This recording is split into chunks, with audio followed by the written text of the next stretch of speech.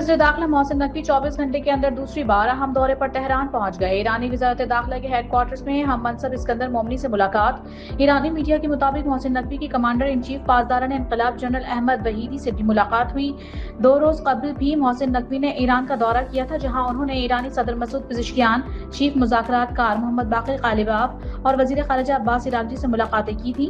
मुलाकातों में दो तरफ़ा ताल्लुकात और मशरिक़ वस्ता की ताज़ा सूरत हाल पर तबादला ख्याल किया गया था। दुनिया का जंगल के कानून की तरफ वापस जाने का खतरा है, जहां ताकतवर मुमालिक अपने फैसले मुसल्लत करते हैं। मशरिक़ वस्ता में मज़ीद कशीदगी गैर दानिशमंदाना होगी। चीनी सदर की रूसी हम मनसब से मुलाकात में गुफ्तगू। शी जिनपिंग ने कहा कि मुज़ाकरात इस वक्त खुसूसी अहमियत रखते हैं। लड़ाई को रोकना जरूरी है। जंग के खात्मे से तवानाई सप्लाई के इस्तेहकाम और आलमी तिजारती निज़ाम में रुकावटें कम करने में मदद मिलेगी। चीन रूस ताल्लुकात की कामयाबी की वजह सियासी बाहमी एतमाद और स्ट्रेटेजिक ताउन है। सदर पुतिन ने कहा कि रूस और चीन के दरमियान इक्तिसादी ताल्लुकात मुस्बत रफ्तार से आगे बढ़ रहे हैं। रूसी और चीनी ताल्लुकात आलमी इस्तेहकाम में मददगार साबित हो रहे हैं। अमेरिकी सदर डोनाल्ड ट्रंप ने कहा है कि अगर ईरान के पास जौहरी हथियार हुआ तो वो सबसे पहले इजराइल को निशाना बनाएगा। मीडिया से गुफ्तगू में सदर ट्रंप ने खबरदार किया कि ईरान पर 2 से 3 रोज में हमला किया जा सकता है और उसे एक बड़ा धचका देना होगा। वक्त महदूद है और ईरान को जौहरी हथियार रखने की इजाजत नहीं दी जा सकती। वो पीर को ईरान पर हमला करने से सिर्फ 1 घंटा दूर थे। तर्जुमान ईरानी वज़ारत ख़ारिजा इस्माइल वक़ाई ने अमरीकी सेंटकॉम के दावे की सख्त तरदीद करते हुए कहा है कि मेनाब स्कूल में मिसाइल लॉन्चिंग सिस्टम का इल्जाम शर्मनाक और हकायक के बरक्स है। तर्जुमान ने कहा कि अमरीकी मौक़िफ़ असल हकीकत को छुपाने की कोशिश है, जबकि तालीमी इदारे को निशाना बनाना वाज़ेह जंगी जुर्म है। इसकी जिम्मेदारी बराह रास्त अमरीकी फौजी कमांडर्स और मुतालिका हुक्काम पर आयद होती है। ईरान के वज़ीर ख़ारिजा अब्बास इराक़ची ने खबरदार किया है कि अगर जारहियत दोबारा शुरू की गई तो ईरान जंग में हासिल तजुर्बे की बुनियाद पर मजीद हैरत अंगेज रद्द-ए-अमल देगा। अमरीकी कांग्रेस ने एतराफ़ किया है कि लड़ाई में अरबों डॉलर मालियत की कई दर्जन लड़ाका तैयारे तबाह हुए। इराक़ची ने मजीद कहा कि ईरानी फौजी पहली कुव्वत है जिसने अमरीका का अहम तरीन F-35 तैयारा भी मार गिराया था। अमरीकी सेनेट ने ईरान की नाकाबंदी खत्म करने और अमरीकी फौज को वहां से हटाने की करारदाद मंजूर कर ली। करारदाद 47 के मुकाबले में 50 वोटों से मंजूर हुई। गैर मुल्की मीडिया के मुताबिक ये वोटिंग सदर ट्रंप इंतजामिया की ईरान के खिलाफ गैर मकबूल जंग से निमटने में नाकामी की अलामत है। जंग से अमरीका समेत दुनिया भर की मईशतों को $1.5 ट्रिलियन का झटका लगा है। सेनेट के बाद अब मामला ऐवान नुमाइंदगान में वोटिंग के लिए जाएगा, जो इसी हफ्ते मुतवक्के है। अमरीकी कांग्रेस में ईरान जंग पर सख्त जुमलों का तबादला। सेंटकॉम कमांडर ब्रिगेड कॉपर और रुकन कांग्रेस आमने सामने आ गए।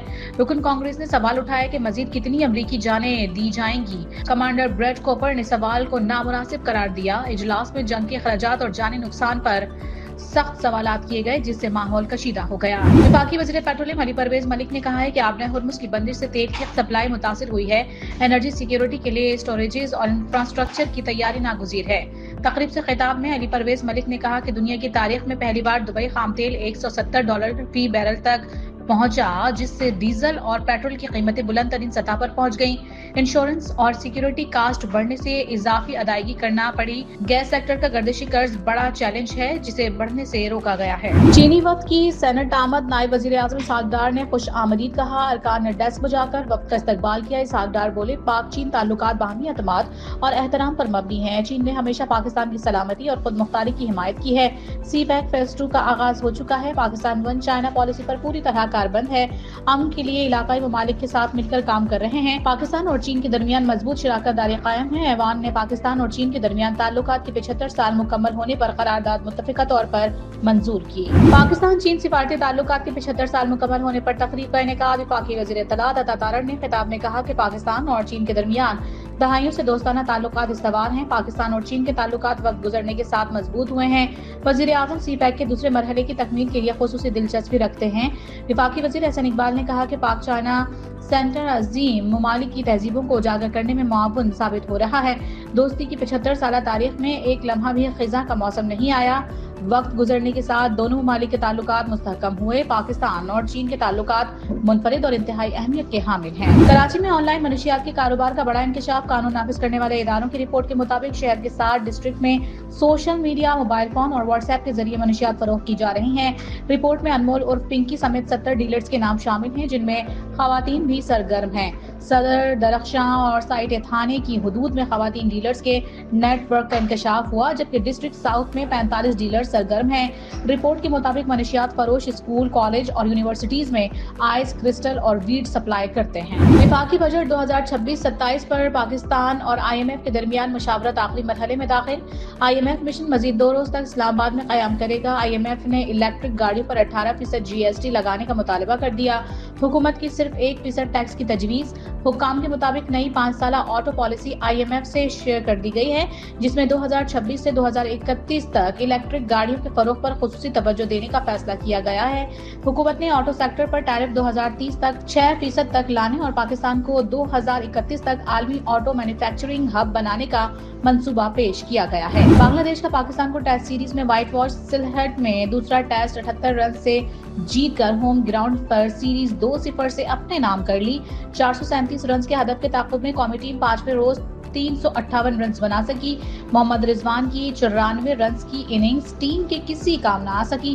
بنگلہ دیش نے پاکستان کو مسلسل چوتھے ٹیسٹ میچ میں شکست سے دوچار کیا۔ بنگلہ دیش کے خلاف ٹیسٹ سیریز میں ناقص کارکردگی قومی ٹیم کے کئی کھلاڑیوں پر سوالات اٹھنے لگے۔ کپتان شان مسعود فرنٹ سے لیڈ نہ کر سکے، 3 اننگز میں صرف 1 سنچری سکور کی۔ سعود شکیل بھی پوری سیریز میں ناکام رہے، 4 اننگز میں صرف 29 رنز بنا سکے۔ بابر اعظم، محمد رضوان اور سلمان آغا اچھی شروعات کے باوجود بڑی اننگز کھیلنے میں ناکام رہے۔ دوسری جانب پاکستان کی پیس بیٹری بھی بے اثر دکھائی دی۔ شاہین شاہ آفریدی، محمد عباس اور حسن علی حریف بیٹرز پر دباؤ نہ ڈال سکے۔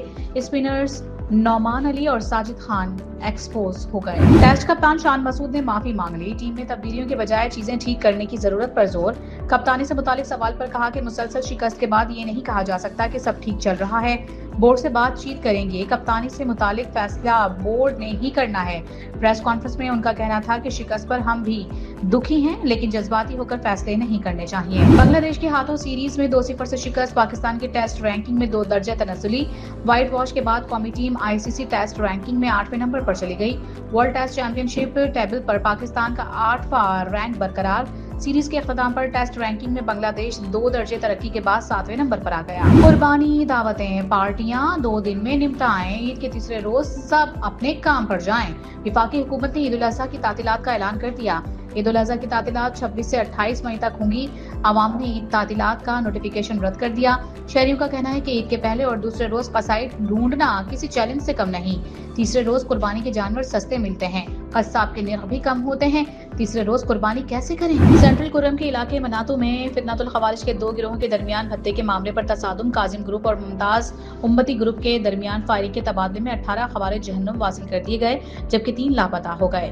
مقامی آبادی کے مطابق خوارج کی اندرونی لڑائیوں نے عام شہریوں کی زندگی بری طرح سے متاثر کر دی۔ مقامی آبادی کے مطابق خوارج کی اندرونی لڑائیوں نے عام شہریوں کی زندگی بری طرح متاثر کر دی ہے۔ ماہرین کا کہنا ہے کہ یہ جھڑپیں اس بات کا ثبوت ہیں کہ خوارج کسی دینی یا نظریاتی مقصد کی بجائے ذاتی مفادات کے لیے خون ریزی کر رہے ہیں اور عوام ریاستی اداروں کی کارروائیوں پر مکمل اعتماد رکھتے ہیں۔ National security and strategic leadership workshop کا انعقاد۔ DGISPR، مختلف جامعات کے وائس چانسلرز اور اساتذہ کے ساتھ نشست۔ ورکشاپ میں لاہور، کراچی، پشاور اور دیگر سے شرکاء آن لائن بھی شریک ہوئے۔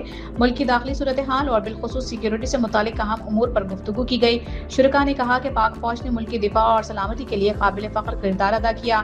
پورا بھروسہ ہے کہ ملک کی دفاع مضبوط ہاتھوں میں ہے۔ قربانی کے لیے جانور کی خریداری جیب پر پڑ رہی ہے بھاری۔ ملک بھر کی مویشی منڈیوں میں رش بڑھ گیا۔